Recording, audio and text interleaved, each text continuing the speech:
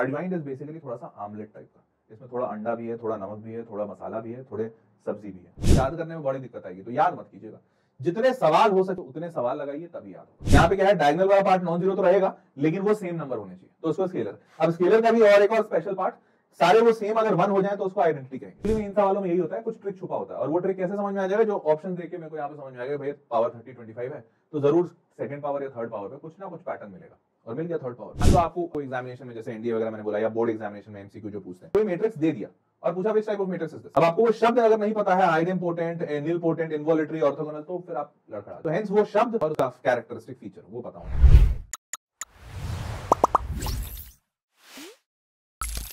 नमस्कार, आदाब, शब्द श्रीकाल और खुशामदीद। Very very good evening to all of you people. This is your master teacher Harsh Priyam, जो कि आज बात करने आए हैं मैट्राइसेस की, और ये पूरा का पूरा चैप्टर हम लोग महज 20 से 30 मिनट के अंदर कंप्लीट कर लेंगे।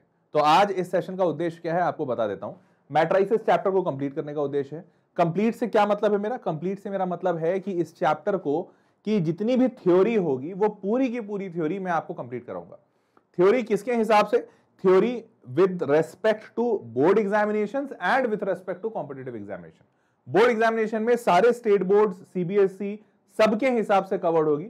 कॉम्पिटिटिव एग्जामिनेशन में जेडब्ल्यू का लेवल तक को टच किया है, तो जेडब्ल्यू से जो ऊपर होता है, मान लो एडवांस लेवल, उसको नहीं टच किया है। लेकिन जेई मेंस से नीचे जो लेवल और उसके साथ वाले हैं, जैसे एनडीए, दूसरे नेक्स्ट एग्जामिनेशन, वो सारे कवर किए हुए। तो थ्योरी पढ़ाऊंगा, सिर्फ थ्योरी, क्वेश्चंस नहीं होगा इस सेशन में। 2 सवाल रख दिया हूं बस थोड़ा बहुत थ्योरी बताने के लिए, बट सिर्फ थ्योरी होगी और सारी थ्योरी पूरे अच्छे से समझाऊंगा। छोटा सा सेशन होगा, क्रिस्प होगा, 20 से 30 मिनट में पूरा मैट्राइसेस आपका रिवाइज हो जाएगा अच्छे से। ठीक है, तो चलिए शुरू करते हैं। शुरू करने के पहले इस टेलीग्राम चैनल को जरूर सब्सक्राइब कर लीजिएगा, बिकॉज इसी टेलीग्राम चैनल पर इस पूरे सेशन का पीडीएफ मिलेगा।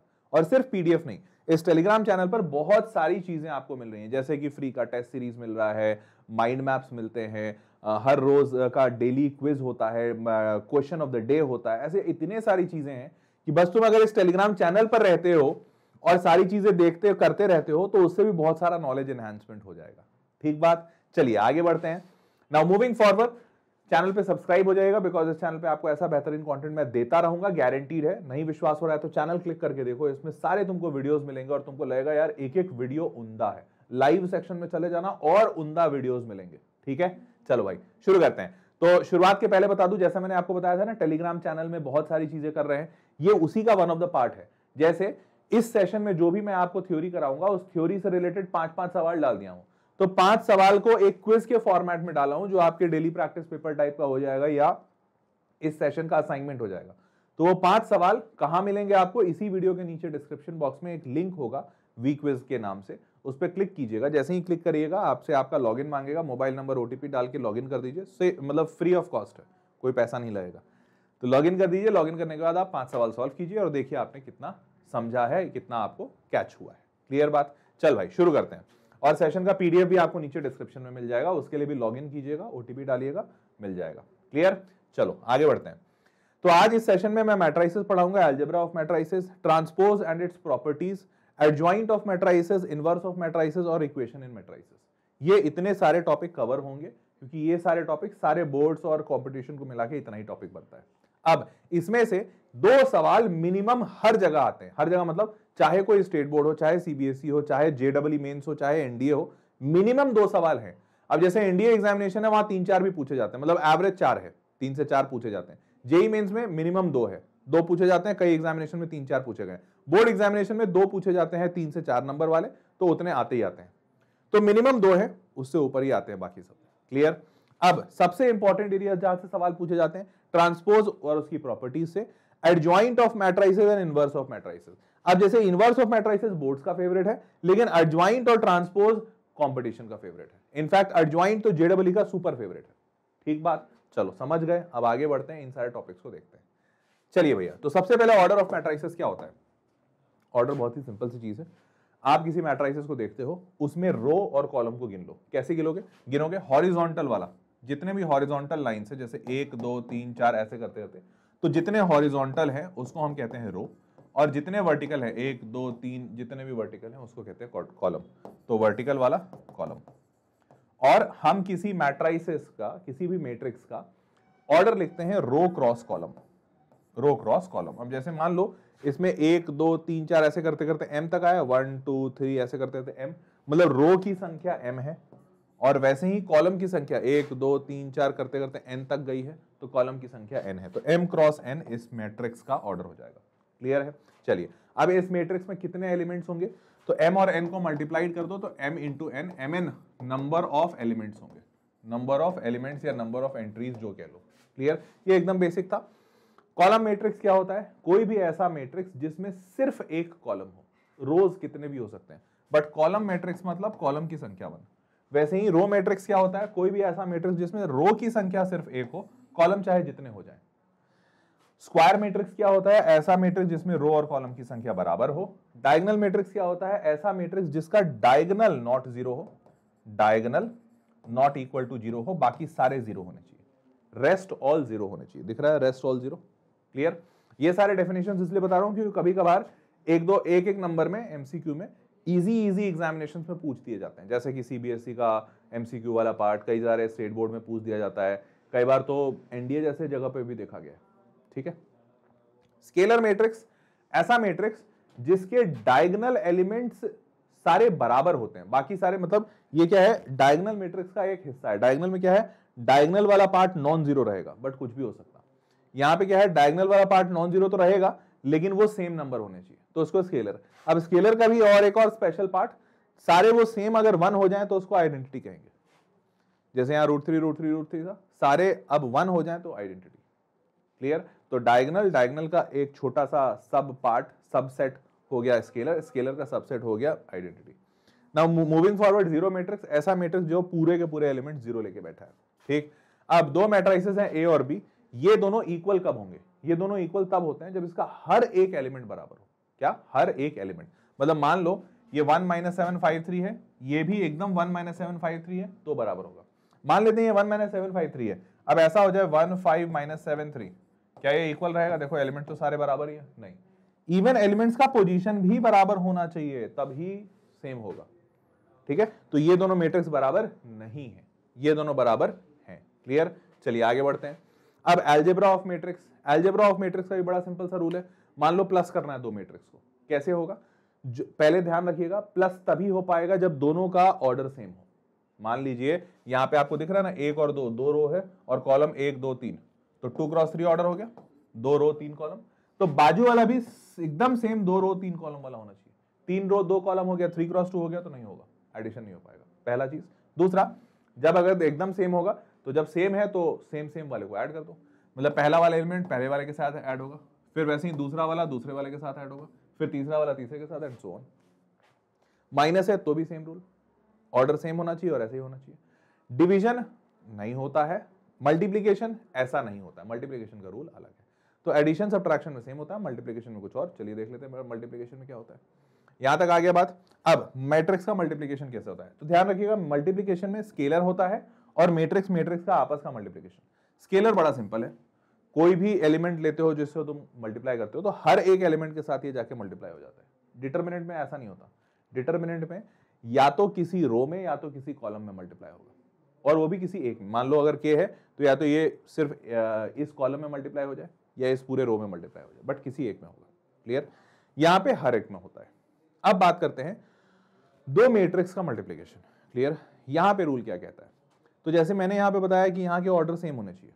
दो मैट्रिक्स का मल्टीप्लिकेशन हो, एडिशन या सब्ट्रैक्शन हो रहा है तो ऑर्डर सेम होना चाहिए। मल्टीप्लिकेशन में ऑर्डर सेम नहीं होना चाहिए, ऑर्डर सेम का कोई रूल नहीं है, हो तो भी ठीक, नहीं हो तो भी ठीक। लेकिन यहां रूल क्या है, जो दो मल्टीप्लाई हो रहा है तो जो पहला वाला है उसका आखिरी हिस्सा, मतलब रो, ये जो ऑर्डर लिखोगे तो ये क्या है, रो क्रॉस कॉलम, रो क्रॉस कॉलम, और इधर वाला जो है इसका भी रो क्रॉस कॉलम। तो दूसरे वाले का रो और पहले वाले का कॉलम की संख्या बराबर होनी चाहिए। मतलब एग्जांपल के तौर पे मान लेते हैं कोई ए मैट्रिक्स है जो कि है 2 क्रॉस 3 और इधर कोई बी मैट्रिक्स है जो कि है 3 क्रॉस 5। तो देखो एकदम ही अलग है, 2 क्रॉस 3 3 क्रॉस 5, बट क्या मल्टीप्लिकेशन होगा? हाँ हो सकता है, क्योंकि ये 3 और 3 बराबर है। अब यही पलट के मैं क्या कर देता, सेम लिख देता, एकदम सेम मैं लिख देता ये भी 2 क्रॉस 3 है, ये भी 2 क्रॉस 3 है। क्या ये मल्टीप्लिकेशन होगा? नहीं हो सकता। क्यों? क्योंकि इसका कॉलम 3 है और इसका रो 2 है, ये दोनों बराबर नहीं है। अगर बराबर नहीं है तो ये मल्टीप्लिकेशन नॉट पॉसिबल। समझ पाए क्या? बस इतनी सी बात है। तो मल्टीप्लिकेशन को पॉसिबल होने के लिए अगर आप जो रो और कॉलम ले रहे, मतलब जो मल्टीप्लाई कर रहे हैं, पहले वाले का जो कॉलम है और दूसरे वाले का जो रो है वो दोनों सेम होना चाहिए। अब तुम बोलोगे तो सर इसके हिसाब से अगर मैं इसको पलट दूं तो कुछ और हो जाएगा। बिल्कुल सही बात है। अगर मान लो तुम इसी में, जैसे यहां पे तुम लिख देते हो से फॉर एग्जांपल 2x2, मान लेते हैं इसको लिख देते हो 2x2, ठीक है, तो भी यहाँ पे a क्रॉस b तो नहीं हो पाएगा। लेकिन अब तुम पलट दो, तो मान लो b क्रॉस a लिख रहे हो, b क्रॉस a, तो b का ऑर्डर क्या था 2x2, और a का ऑर्डर क्या है 2x3, तो क्या अब इसका मल्टीप्लीकेशन हो सकता है? हाँ हो सकता है, बिकॉज दोनों का, इसका कॉलम और इसका रो बराबर है। तो बी ए पॉसिबल है बट ए बी पॉसिबल नहीं है। तो ये है मल्टीप्लीकेशन के कुछ रूल्स। तो इससे जब तुमको ये समझ में आया होगा कि अच्छा इसका मतलब पहले वाले का कॉलम और दूसरे का रो बराबर होना चाहिए, तो ए बी नहीं पॉसिबल है बट बी ए मल्टीप्लाई करना पॉसिबल है, तो तुमको इससे ये भी समझ में आ गया होगा कि इसका मतलब A B is not equal to B A, because A B तो मल्टीप्लाई करना ही पॉसिबल नहीं है और बी ए पॉसिबल है, मतलब जाहिर सी बात है A B is not equal to B A. Matrix में ये रूल फॉलो नहीं होता है, ध्यान रखोगे, ठीक है। चलो भाई, तो ये मैंने मल्टीप्लिकेशन से रिलेटेड थ्योरी आपको बताई। अब मल्टीप्लिकेशन होगा कैसे वो देखते हैं। अभी रुको, अच्छा मल्टीप्लिकेशन होगा कैसे वो इसमें नहीं बता रहा हूँ क्योंकि वो बहुत बेसिक है, बट थोड़ा सा मैं बता ही देता हूँ। चलो अब शुरू किए तो यहाँ पे बता देता हूँ। 1 2 3 4 है पहला मैट्रिक्स और दूसरा है 4 5 6 7। तो कैसे मल्टीप्लाई करते हो? दो मैट्रिक्स को मैंने ये दोनों सेम ले लिया, 2x2 2x2, तुम अलग भी ले सकते हो। दोनों को जब मल्टीप्लाई करते हैं बड़ा सिंपल सा तरीका है, पहले वाले का हॉरिजॉन्टल उठाते हैं, दूसरे वाले का वर्टिकल उठाते हैं। क्लियर बात? मतलब पहले का रो दूसरे का कॉलम, हर जगह ऑर्डर यही चल रहा है, आर क्रॉस सी, पहले आर आता है फिर सी। तो इसका रो उठा लिया, इसका कॉलम। 1 मल्टीप्लाई होगा 4 के साथ और 2 मल्टीप्लाई होगा 6 के साथ। तो 1 4 जा 4, 2 6 जा 12, 12 और 4 16। तो पहला एलिमेंट आ गया आपका 16। फिर वैसे ही पहला रो दूसरा कॉलम, तो 1 5 जा 5 और 2 7 जा 14, 14 और 5 19, दोनों को ऐड कर रहे हैं हमेशा 19। फिर सिमिलरली दूसरा रो पहला कॉलम, दूसरा रो दूसरा कॉलम। क्लियर है? समझ गए? बस ऐसा ही होता है। ठीक बात, बढ़े आगे। चलिए अब अगर यहां तक समझ रहे हैं तो अब आते हैं कुछ इंपॉर्टेंट प्रॉपर्टी से, बिकॉज यहां से आते हैं सवाल। तो कुछ सिंपल सी प्रॉपर्टी, जैसे a plus B B plus A बराबर होगा, कम्यूटेटिव लॉ फॉलो करता है। a प्लस बी और प्लस सी कर दें, फिर a अलग b प्लस सी कर दें, वो भी फॉलो है। अल्फा टाइम्स अगर a प्लस बी करें तो अल्फा दोनों में मल्टीप्लाई हो जाता है, स्केलर अगर क्वांटिटी है आराम से। अल्फा प्लस बीटा टाइम्स है तो ये भी है। तो ये सिंपल कॉमन सेंस वाली सारी प्रॉपर्टी फॉलो होगी। Even a into B into C है, तो अगर a साइड करके b इंटू सी कर दें और फिर a मल्टीप्लाई करें, ये भी फॉलो करेगा। तो आपको पहले ध्यान रखना है ये कि यहां से लेके यहां तक में मोस्टली एडिशन सब्ट्रैक्शन वाले प्रॉपर्टीज हैं, वो तो एज इट इज है। मल्टीप्लिकेशन में सिर्फ एक जगह अपवाद है, वो ये कि जनरली लोगों को लगता है A B is equals to B A होगा, बट यहां पे ऐसा नहीं होगा। क्लियर? ये पहला। दूसरा, a इंटू आई, आई क्या है? आइडेंटिटी मैट्रिक्स, जो ऐसा मैट्रिक्स है जिसका डायगोनल एलिमेंट 1 1 1 है। तो आइडेंटिटी मैट्रिक्स मतलब 1 की तरह काम करता है मैट्रिक्स में। आई मतलब आपने 1 से मल्टीप्लाई किया, तो a इंटू आई 1 से मल्टीप्लाई किया, फर्क नहीं पड़ेगा, इसीलिए ये a के बराबर ही है। और इसीलिए आई इंटू ए भी कर दें तो भी कोई फर्क नहीं पड़ेगा। क्लियर बात? समझ रहे हो? तो hence A I equals to A equals to I A, ये प्रॉपर्टी याद रखिएगा। क्लियर? अब मान लीजिए a से मल्टीप्लाई है b प्लस सी, यहाँ पे ध्यान दीजिएगा, तो a इंटू बी फिर a इंटू सी। अब हम जनरली जो मैथमेटिक्स में अलजेब्रा में क्या करते हैं, a इंटू बी किया तो a भी लिख दिया, a इंटू सी को कई बार सी ए लिख देते हैं, या a इंटू बी को ही बी ए लिख देते हैं। तो अगर आप बी ए सी ए करते हो कुछ, तो ये गड़बड़ हो जाएगा, ये बराबर नहीं होगा। क्यों? क्योंकि आपको पता है ए बी और बी ए बराबर नहीं होते। समझ गए? तो बस ये मल्टीप्लिकेशन का ध्यान रखिएगा। समझ गए? चलिए आगे बढ़ते हैं। Let's move on to the next. एक सवाल कर लेते हैं, फिर नेक्स्ट पार्ट ऑफ थ्योरी शुरू करेंगे। सवाल क्या है? बड़ा सिंपल सा है। ए है, ये दिया हुआ है, पूछा है, फिर बताइए इसमें से कौन सा सही है। अब कौन सा सही है, ऑप्शंस देखकर समझिएगा। सारे ऑप्शन में A30, A25, A30, A25, A30, A25, A30, A25, मतलब मेरे को दो चीज तो निकालनी है, A30 क्या है और A25 क्या है। ये पक्की बात है? हाँ जी है। और एक बात अपने को कॉमन सेंस से पता है कि यार a अगर पता हो तो मैं a का स्क्वायर निकाल सकता हूं, a का क्यूब भी निकाल लूंगा, बट a पे पावर 25 नहीं हो पाएगा। क्यों?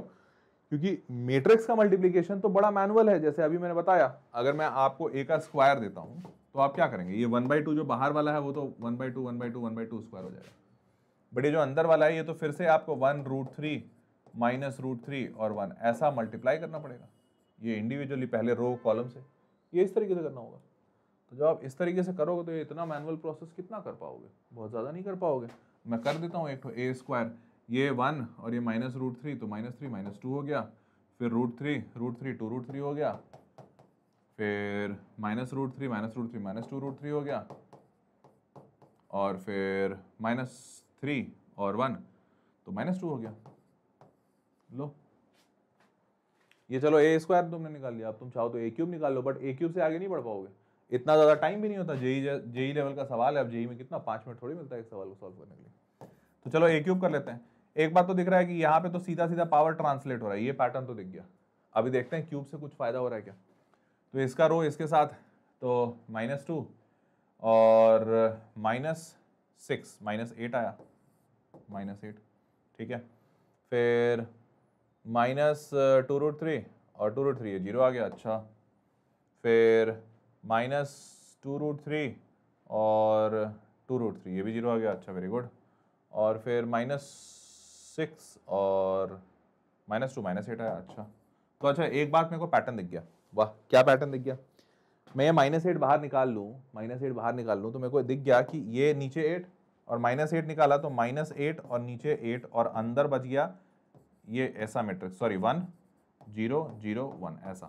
तो ये तो आइडेंटिटी है, साफ साफ दिख रहा है। तो अच्छा इसका मतलब a³ मेरे को क्या मिल गया, -i। ओ वाह, ये बड़ा अच्छा चीज हो गया। क्यों?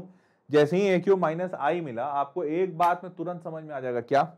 अगर a³ -i है बेटा, तो अगर a³ पे पावर मैं इधर भी 8 चढ़ाऊं और इधर भी -i पे पावर 8 चढ़ा दूं, तो ये तो a24 बन गया, ये -i पे पावर 8 मतलब बेसिकली ये i ही रह जाएगा, बिकॉज i 1 की तरह काम करता है मैट्रिक्स में, तो i ही रह जाएगा।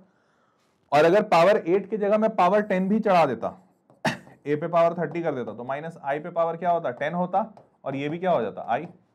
तो अच्छा a30 मतलब i होगा और a24 भी i होगा। तो अगर a24 i है तो अपने को हर जगह क्या चाहिए, a25।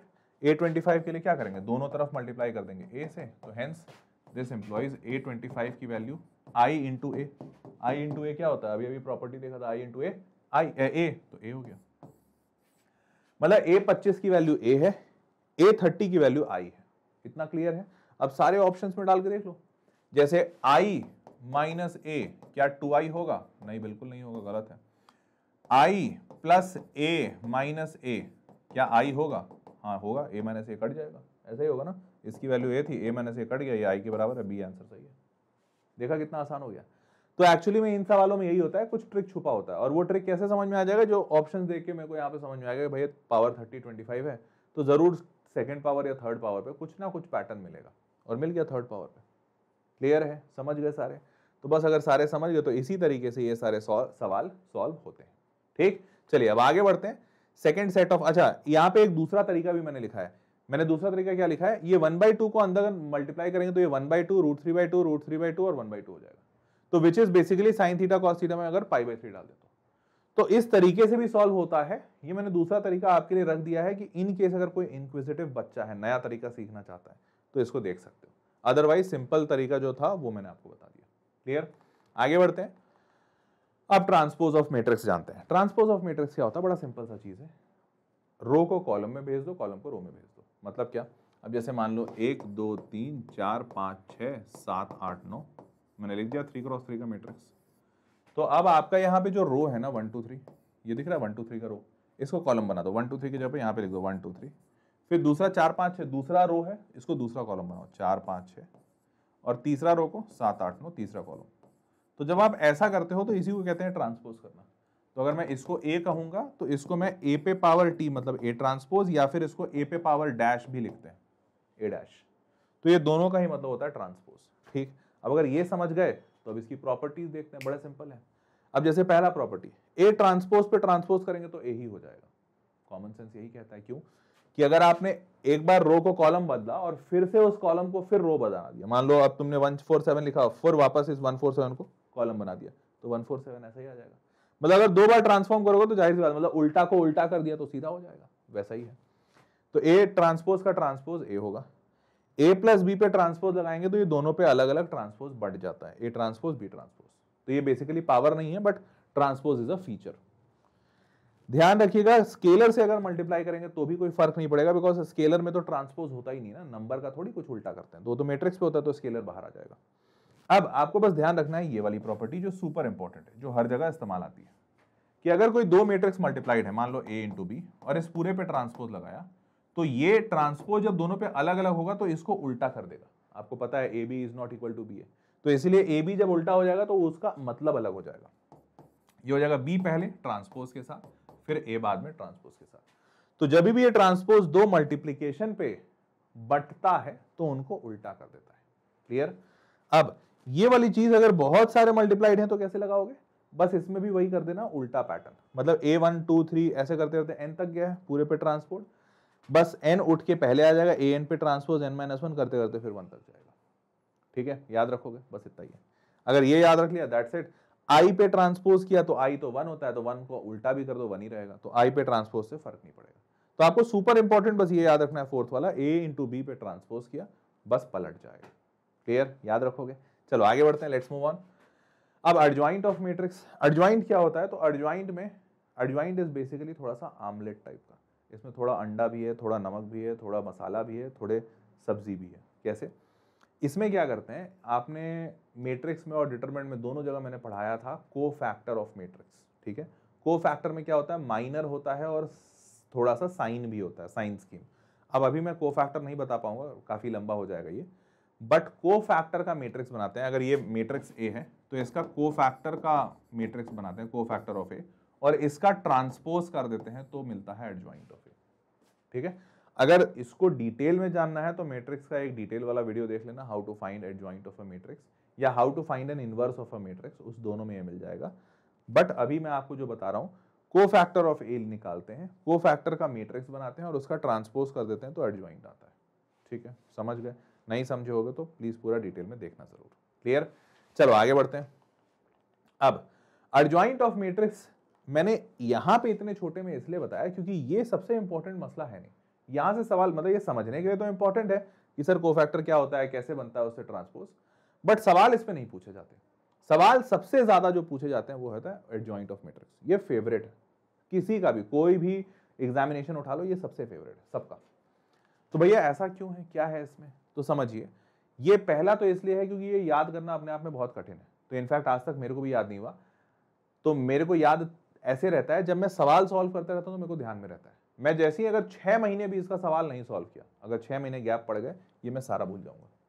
तो ये आपको पहले बता रहा हूं, जब मास्टर को आज तक आपके याद नहीं हुआ तो आपको भी याद करने में बड़ी दिक्कत आएगी, तो याद मत कीजिएगा। जितने सवाल हो सके एडजॉइंट ऑफ मैट्रिक्स के प्रॉपर्टीज पे उतने सवाल लगाइए, तभी याद होगा।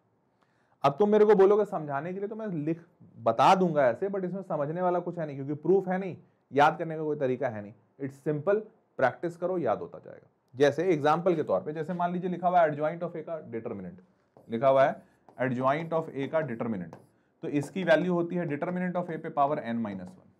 अब n क्या है? n हर जगह आपको ऑर्डर ऑफ द मैट्रिक्स रहेगा, order of matrix. Order of matrix ध्यान रखिएगा। अब यहां से ऑनवर्ड्स जो हम कॉम्पिटिटिव लेवल या बोर्ड लेवल के जो मैट्रिक्स की बात करें, जहां पे अलजेब्रा ऑफ मैट्रिक्स वगैरह की बात करें, इसमें हम 99% केसेस में मैट्रिक्स को स्क्वायर मैट्रिक्स लेते हैं, चाहे वो 2x2 का हो, चाहे वो 3x3 का हो, 4x4। तो हेंस ऑर्डर ऑफ मैट्रिक्स एक नंबर बन जाता है सिर्फ। जैसे अगर मान लो 3x3 का मैट्रिक्स है तो हम उसका ऑर्डर बोल देते हैं 3। समझ में आ गया? अब जाहिर सी बात है, सिर्फ 3 थोड़ी रहेगा, 3x3 का रहेगा। ऑर्डर बोल देते हैं 2, मतलब 2x2 का है। तो हेंस मेजॉरिटी 99% जगह हमारा ऑर्डर ऑफ मैट्रिक्स मतलब सिर्फ वो एक नंबर होगा, और नंबर का मतलब वो स्क्वायर मैट्रिक्स है। ठीक, पहली चीज। अब ये एक प्रॉपर्टी है, इसका इस्तेमाल करके सवाल बनता है। अब इस पे सवाल आता है क्या? हाँ आता है, इस पे आता है। इनफैक्ट इसमें से हर एक प्रॉपर्टी पे सवाल बन ही जाता है, मतलब तुमको कोई भी प्रॉपर्टी अनछुआ नहीं दिखेगा। हाँ, फिर भी अगर तुम मुझसे पूछोगे सर बहुत ज्यादा यूज होने वाला, तो बहुत ज्यादा यूज होने वाला ये वाला पार्ट है, बहुत ज्यादा यूज होना। अब कैसे बताऊं, जैसे ये भी यूज हो ही जाता है यार। मैंने सब पे सवाल देखे हैं, सच बता रहा हूँ, मैंने सब पे सवाल देखे हैं, और सब पे रिसेंटली सवाल देखे हैं, जेई में देखा है, बोर्ड्स में देखा है। बट फिर भी मैंने, तुमने पूछा है तो मैंने 2 पे तो लगा दिया। इससे ज्यादा मैं सजेशन हमेशा दूंगा, सब कुछ करके जाना, कुछ भी मत छोड़ना। इस पे बहुत सवाल बनाना क्योंकि इससे सवाल आता ही है। ठीक, आगे बढ़ते हैं। अभी खत्म नहीं हुआ है, तो हैं बहुत सारे। अब इन सबको एक्सप्लेन करने का कोई मतलब नहीं है, because these all are worth solving only. ठीक है, क्योंकि प्रूफ कहीं नहीं पूछा जाएगा। इनफैक्ट प्रूफ तुम भी पढ़ना नहीं, कभी जरूरत नहीं पड़ेगी। क्लियर? चलिए आगे बढ़ते हैं। अब इनवर्स ऑफ मैट्रिक्स, तो इनवर्स ऑफ मैट्रिक्स ये बोर्ड लेवल पे बड़ा इंपॉर्टेंट है, और कंपटीशन में इतना बस जान लो फॉर्मूला, उतना इंपॉर्टेंट है। डेरिवेशन या इस पूरे को इस्तेमाल करना वो नहीं पूछा जाता, बहुत कम पूछा जाता है। Inverse of a matrix is adjoint of A, adjoint of A जो मैंने आपको स्टार्टिंग में बताया था, divided by determinant of A. बस इतना फॉर्मूला ध्यान रखिएगा, यही होता है इनवर्स ऑफ ए। ठीक, आगे बढ़ते हैं। अब इनवर्स ऑफ मैट्रिक्स पे कुछ प्रॉपर्टीज, तो ए इनवर्स का इनवर्स किया तो वापस ए आ जाएगा, जस्ट लाइक ट्रांसपोज, दो बार इनवर्स कर दोगे तो आ ही जाएगा। ए ट्रांसपोज पे इनवर्स करोगे तो इनवर्स अंदर ट्रांसपोज बाहर, ये आपस में इंटरचेंजेबल हैं। ए इंटू बी का इनवर्स करोगे तो ये वैसे जैसे इनवर्स, जैसे ट्रांसपोज आगे पीछे हो जाता था वैसे ही ये भी आगे पीछे हो गया, ए बी का बी ए हो गया। फिर वैसे ही ए पे पावर के का इनवर्स है तो ए पे इनवर्स पे पावर के हो जाएगा, तो ये सारे आपस में इंटरचेंजेबल हैं। तो ये सारी चीज, ये सिंपल, मतलब ये तो कॉमन सेंस वाले सारे प्रॉपर्टीज हैं। क्लियर, आगे बढ़ते हैं। डायगोनल, अगेन ये सारे प्रॉपर्टीज देख लेना। इधर वाले प्रॉपर्टीज थोड़े कम इस्तेमाल होते हैं, जो इनवर्स का सेकंड पार्ट में बता रहा हूं, बट यहां तक सारे के सारे ट्रांसपोज वाले प्रॉपर्टीज और इनवर्स वाले सुपर इंपॉर्टेंट। क्लियर, चलिए आगे बढ़ते हैं। अब some special type of matrix, इसका ध्यान रखिएगा क्योंकि ये 1 मार्कर बनकर थियोरेटिकल क्वेश्चंस में आ सकते हैं। ठीक है, जनरली बोर्ड लेवल में आते हैं, कंपटीशन में नहीं आते हैं। कंपटीशन में अगर आएगा तो एनडीए इंडिया टाइप में आएगा। ठीक, अब जैसे square matrix A is called idempotent matrix if it satisfy the relation A square equals to A, मतलब किसी मैट्रिक्स में हमने उसका स्क्वायर किया और फिर भी वो सेम मैट्रिक्स के बराबर आ गया, तो ऐसे मैट्रिक्स को आइडेम्पोटेंट कहते हैं। अब ये आइडेम्पोटेंट अपने आप में शब्द इंपॉर्टेंट है, क्योंकि मान लो आपको एग्जामिनेशन में, जैसे एनडीए वगैरह मैंने बोला, या बोर्ड एग्जामिनेशन में एमसीक्यू जो पूछते हैं, कोई मैट्रिक्स दे दिया और पूछा which type of matrix is this. अब आपको वो शब्द अगर नहीं पता है, आइडेम्पोटेंट, निलपोटेंट, इनवॉल्यूटरी, ऑर्थोगोनल, तो फिर आप लड़खड़ा जाओगे। तो हेंस वो शब्द और उसकी मतलब उसका कैरेक्टरिस्टिक फीचर वो पता होना चाहिए। तो इसलिए ये पूरा थियोरेटिकल है बट फिर भी इंपॉर्टेंट है। तो आइडेम्पोटेंट इस रूल को फॉलो करता है। वैसे ही निलपोटेंट तब होता है जब किसी मैट्रिक्स पे कोई एक पर्टिकुलर पावर हम चढ़ाते हैं, ए स्क्वायर, ए क्यूब, ए पे पावर 4, तो उसकी वैल्यू 0 हो जाती है, मतलब 0 मैट्रिक्स आ जाता है। मतलब मान लो कोई मैट्रिक्स है, उसको हमने 3 बार मल्टीप्लाई किया, ए क्यूब किया और देखा वो 0 आ गया, मतलब वो निलपोटेंट है। फिर वैसे ही वो 2 में भी हो सकता है, 3 में भी, 4 में भी, कोई भी पावर पे हो सकता है। इनवॉल्यूटरी मैट्रिक्स का क्या है मतलब रूल, उसका स्क्वायर करेंगे तो वो आइडेंटिटी आ जाना चाहिए, मतलब उस मैट्रिक्स को 2 बार अगर मल्टीप्लाई किया तो आई आ जाना चाहिए, आइडेंटिटी मैट्रिक्स, तो दैट इज इनवॉल्यूटरी।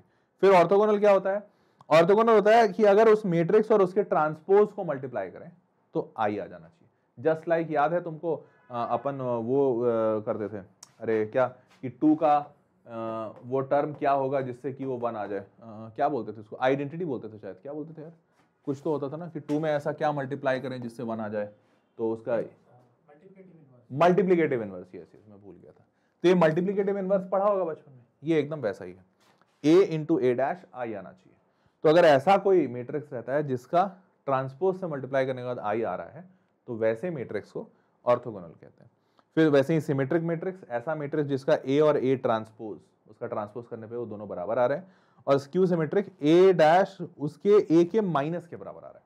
ध्यान दीजिएगा, इस सारे में सबसे ज्यादा इंपॉर्टेंट अगर मैं बोलूं तो ये आखिरी का 2 है, क्योंकि इस पे सवाल बहुत बनते हैं और खासकर कंपटीशन और बोर्ड्स दोनों का फेवरेट है, तो इस पे सवाल बहुत बनते हैं आखिरी के 2 पे। ठीक है, बट इन सब को छोड़िएगा मत, एक एक नंबर का बन जाएगा सवाल, और अगर आ गया नहीं आता आपको तो फिर नहीं आता, आप मतलब उसको बना नहीं पाओगे। क्लियर, आगे चलिए एक आखिरी सवाल कर लेते हैं, मजा आएगा। थ्योरी मोटा मोटी सारी हो गई है।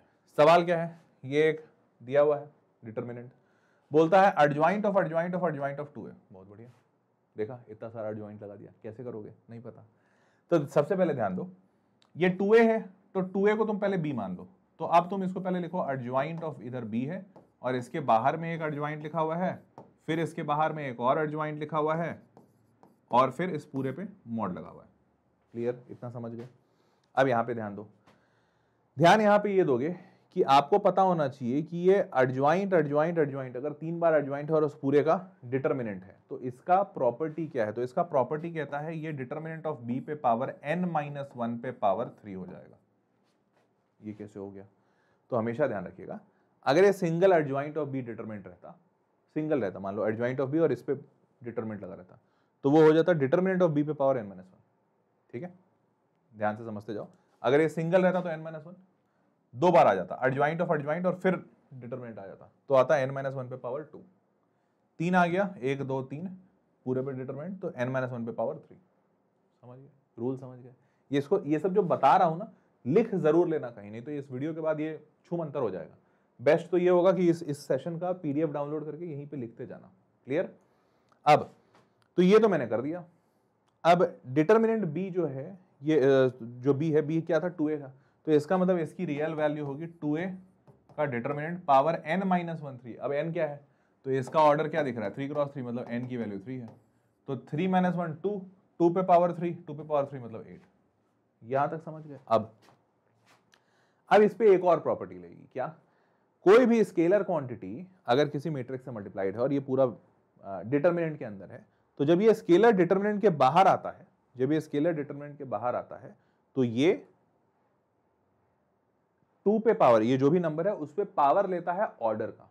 मतलब क्या? ये बेसिकली जब बाहर आएगा तो 2 पे पावर 3 लेकर आएगा। समझ पाए क्या?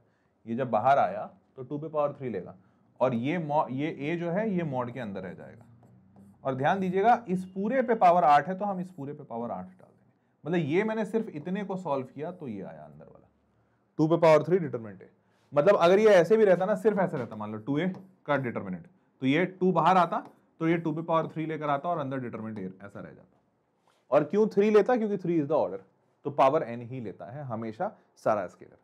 ये सारी प्रॉपर्टीज मैंने लिखवा रखी है यहाँ। जो प्रॉपर्टीज तुमको पढ़ा रहा था ना इधर, ट्रांसपोज कहाँ गया, ट्रांसपोज की ये जो कहाँ गया, अर्जवाइंट वाले में, ये सब यहाँ पे लिखा हुआ है, सब लिखा हुआ है। तुम इसको गो थ्रू करना, तुमको सब दिख जाएगा।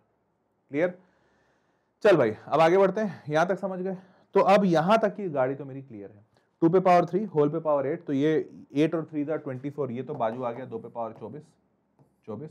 डिटर्मिनेंट a पे पावर 8, डिटर्मिनेंट a पे पावर 8, और ये बराबर टू 16 पे पावर n लिखा हुआ है, तो इक्वल्स टू 2 पे पावर 4n लिखा हुआ है। ऐसा ही है, 2 पे पावर 4n।